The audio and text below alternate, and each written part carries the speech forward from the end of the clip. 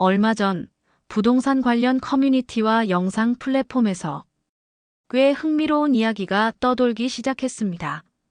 라스베가스, 지금 흔들리고 있다. 여러분, 이 말 좀 의외로 들리지 않으셨나요? 뜨겁게 떠오른 도시, 뜨겁게 사람들이 몰렸던 곳, 캘리포니아에서, 시애틀에서, 심지어 동부 도시에서까지 라스베가스로 이주한 사람들이 얼마나 많았는지 다들 기억하시죠? 코로나 팬데믹이 시작되던 2020년 전후 라스베가스는 미국 전체 부동산 시장에서 가장 빠른 속도로 가격이 올라간 지역 중 하나였습니다.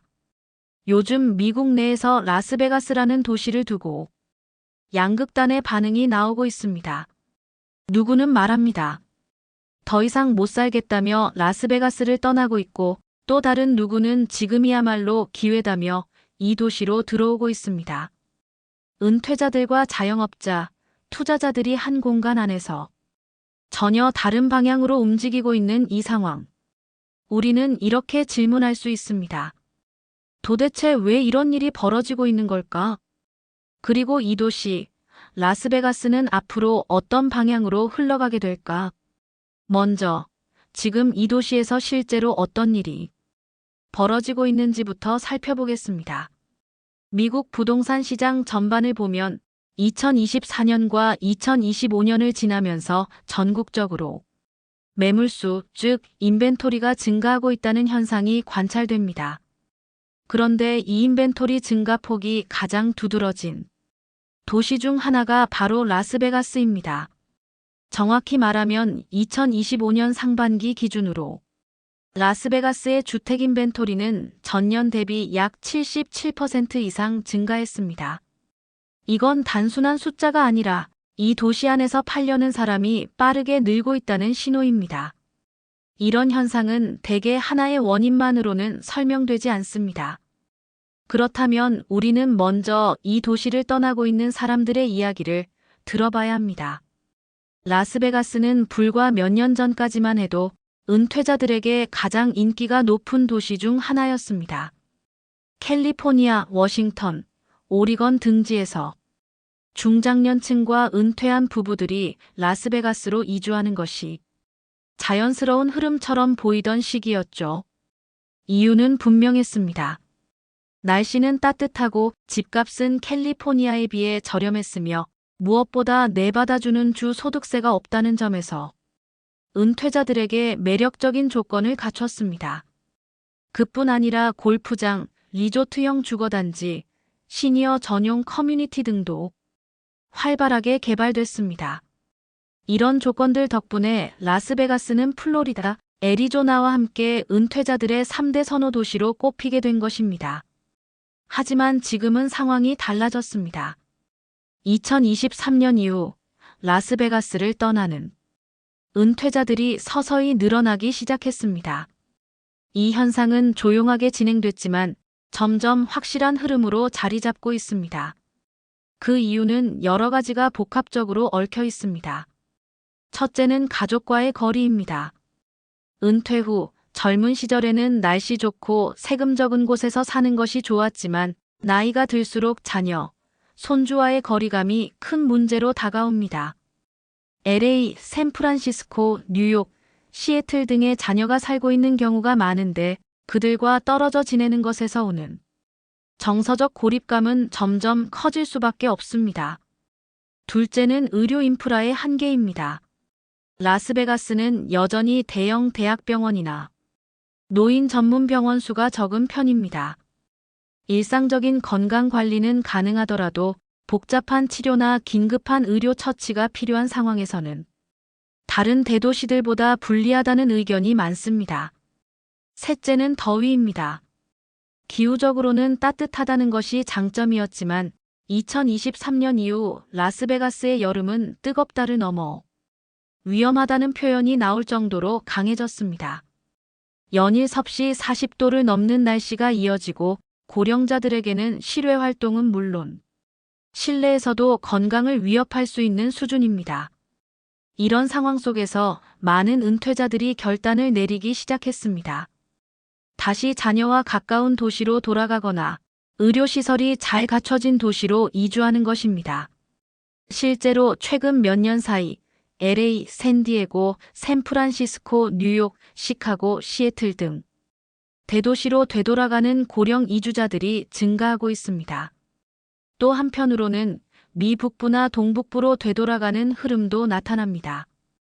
과거보다 겨울이 덜 춥고 여름엔 더 시원하다는 인식이 생기면서 오히려 북부 지역이 더 쾌적하다는 의견도 나오는 것이죠. 이처럼 라스베가스는 지금 조용히 그러나 확실하게 은퇴자들의 이탈이라는 흐름을 겪고 있습니다. 하지만 이것이 전부는 아닙니다. 같은 시기 라스베가스에는 또 다른 사람들이 들어오고 있습니다. 특히 자영업자와 투자자들이 활발하게 이 도시로 이동하고 있다는 점은 무척 인상적입니다. 최근 몇 년 사이 라스베가스의 한인 상권은 확실히 변화의 조짐을 보이고 있습니다. 그 대표적인 신호 중 하나가 바로 H마트의 진출입니다. 2025년 H마트는 라스베가스 사우스웨스트 지역에 대규모 매장을 오픈했습니다.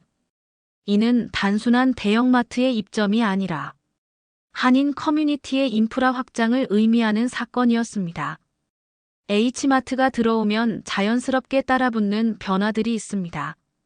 한식당, 베이커리, 한국식 뷰티숍, 네일샵, 약국, 심지어 노인복지센터까지도 그 인근 지역을 중심으로 들어서기 시작합니다. 이미 캘리포니아에서 성공을 거둔 자영업자들이 라스베가스를 제2의 정착지로 삼고 진출하는 흐름이 뚜렷해졌습니다. 한인뿐만이 아닙니다. 미국 내에서 자영업 기반으로 움직이는 히스패닉 아시안 커뮤니티들도 라스베가스에 상대적으로 낮은 진입 비용과 인구 성장세를 주목하고 있습니다.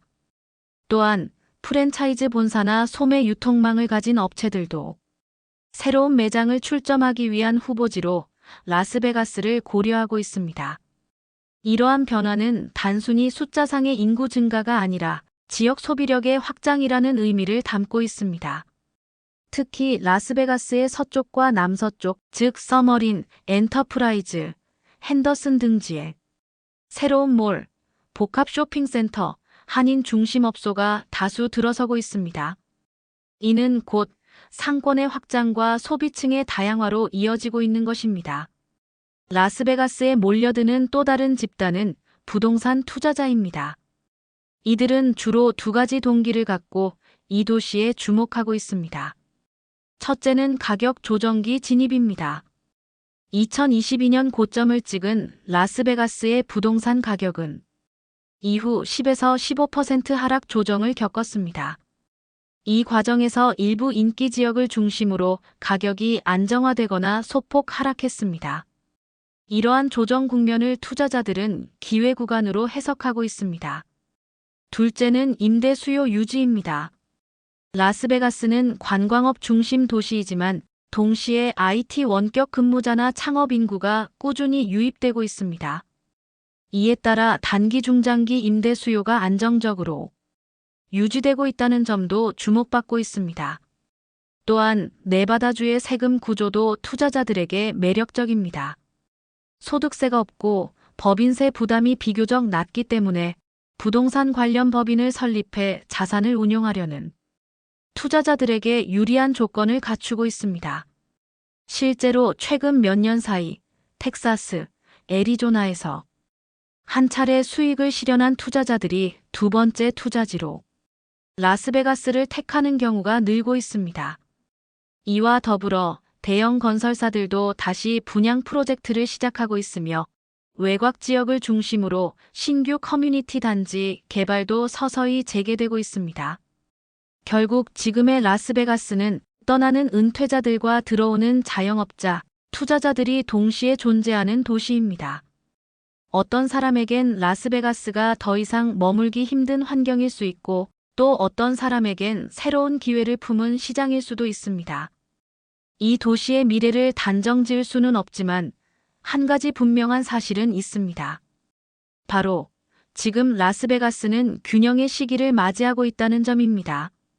부동산 시장이 조정기에 접어든 상황에서 가격, 금리, 수요, 공급이 복합적으로 얽혀 있는 이 시기엔 무작정 낙관하거나 비관하는 접근보다 본인의 목적에 맞는 냉정한 판단이 더 중요해졌습니다.